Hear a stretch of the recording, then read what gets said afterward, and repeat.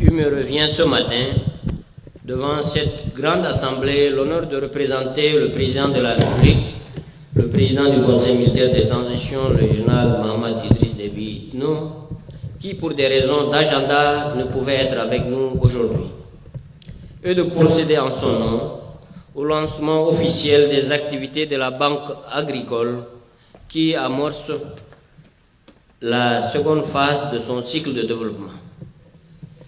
Cette idée de banque alimentaire destinée aux travailleurs est une première. Elle venait en son temps en réponse à la baisse du revenu des travailleurs induite par les mesures prises par le gouvernement de concert avec les travailleurs pour juguler la crise qui s'est posée à notre pays. Mesdames et messieurs, la thématique retenue pour cette cérémonie officielle, qui est celle de faciliter la vie des travailleurs, est significative à plus d'un titre. Elle résume tout. Elle est aussi le credo du président de la République, qui a voulu non seulement que la vie des travailleurs soit facilitée, cela s'est traduit récemment par le lancement de la provincialisation de la gestion de la solde des travailleurs, mais aussi de faciliter la vie des Tchadiens, qui va se traduire entre autres par la décentralisation des activités de l'Agence nationale des titres sécurisés dans chacune de nos provinces pour que les Tchadiennes et les Tchadiens de l'intérieur du pays ne se déplacent pas en N'Djamena pour avoir les titres des travailleurs. C'est ça, faciliter en quelque sorte la vie aux Tchadiens, et c'est des mesures qui vont dans les différents secteurs de l'État et du gouvernement, dans les différents ministères. C'est une mesure qui va être prise en compte et qui va être déroulée tout au long de cette année. Cette thématique regroupe différents domaines et elle cadre avec l'activité d'aujourd'hui.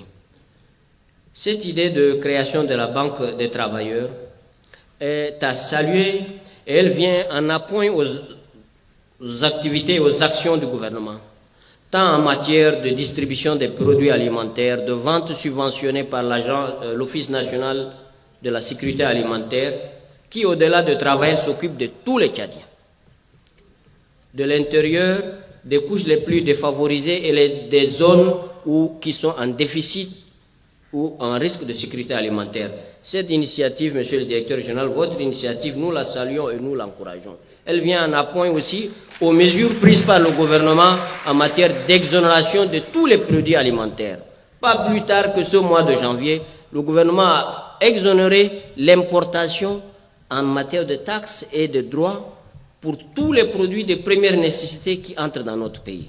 Au-delà de cela, le gouvernement du Tchad aussi, à l'instar du Cameroun et d'autres pays, a interdit l'exportation de tous les produits, les céréales, et aussi de tout ce qui est oléagineux, à l'exception du sésame et du beurre de karité, qui sont des produits en excédent par rapport à la consommation nationale.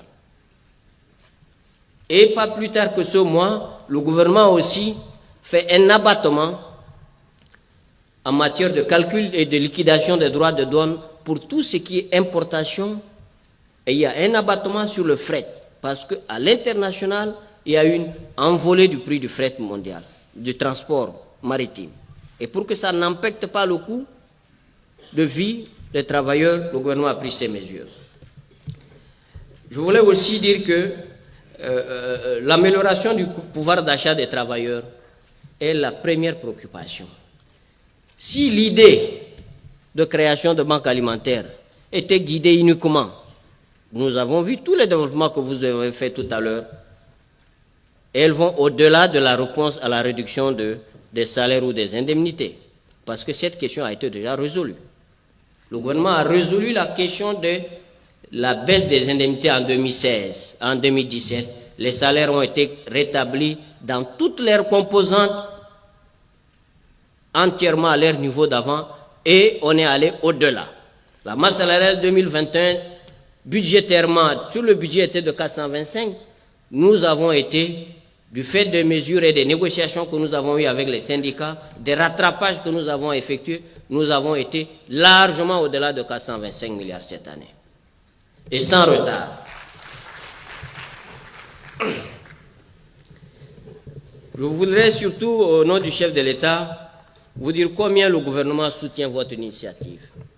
Et le gouvernement apportera tous les soutiens et toute l'assistance et tous les concours dans le respect des règles de concurrence, dans le respect des règles en matière de gestion et d'ouverture d'exploitation des pharmacies, dans le respect de la liberté des travailleurs d'acheter où ils veulent.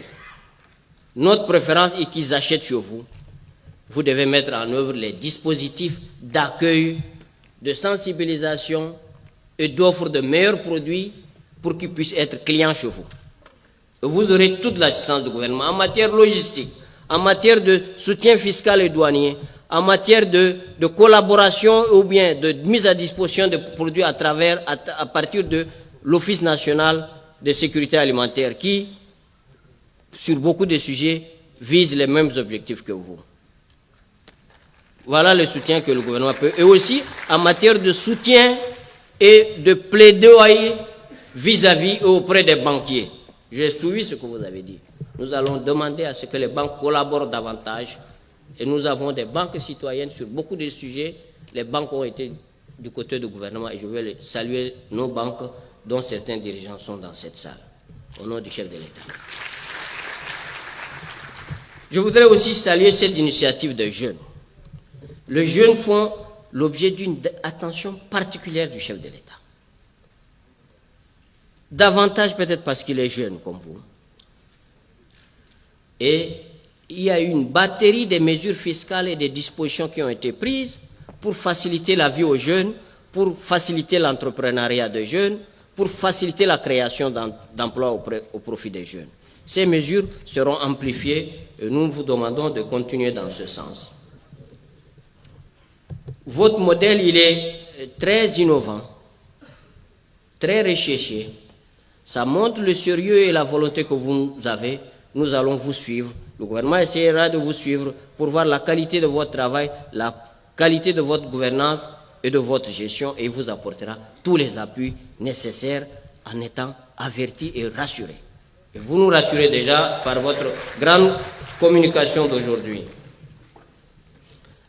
Je voulais aussi, en appui à tout ce que vous faites, rappeler que le gouvernement, pour améliorer le pouvoir d'achat des travailleurs, a signé le pacte social avec les travailleurs, et c'est vaille que vaille de payer les salaires à temps, a augmenté par le mécanisme de l'indiciarisation la solde des militaires et des soldats de rang, qui étaient parmi les agents de l'État qui touchaient le plus bas salaire. Cette question a été rectifiée, donc nous avons globalement une amélioration du pouvoir d'achat. Et pas plus tard que ce mois-ci, en réponse au forum de la jeunesse, le chef de l'État a instruit que des mesures soient prises très rapidement, de manière très diligente, pour que le coût de communication et de connexion à l'Internet soit réduit. Cela est déjà effectif, ça augmente le pouvoir d'achat des travailleurs. La question de l'inflation, nous la suivons. L'inflation est une donnée économique fondamentale. Je sais qu'il y a une donnée politique et de communication, cherté de vie à gauche, à droite. Mais l'inflation, il y a un institut indépendant globalement par rapport à l'État, la Banque centrale, et c'est suivi de manière internationale. Jusqu'à maintenant, nous suivons cela. Donc la cherté de vie doit être regardée au niveau d'évolution du panier de la ménagère qui compose l'indice général des prix au CAD et l'inflation qui est calculée par l'INSEE. Jusqu'à ce niveau, jusqu'à la date d'aujourd'hui, le gouvernement suit, nous suivons très bien cela. S'il y a des alertes, nous réagirons par les canaux les plus indiqués. L'un des canaux, évidemment, ça peut être la banque alimentaire, il y a le canal de l'ONASA, et le gouvernement trouvera tous les mécanismes pour que la vie au CAD soit facile et agréable et soutenable pour tous les travailleurs, mais aussi pour tous les Cadiens. Je voudrais, au nom du chef de l'État, vous remercier, vous encourager, vous témoigner de notre admiration et vous dire combien il regrette de ne pouvoir pas être avec vous, mais aussi permettez-moi de féliciter toute l'assistance nombreuse qui est venue aujourd'hui assister à cette cérémonie. Sur ce, je déclare officiellement lancer la cérémonie, la seconde phase du développement des activités de la Banque alimentaire au Cameroun.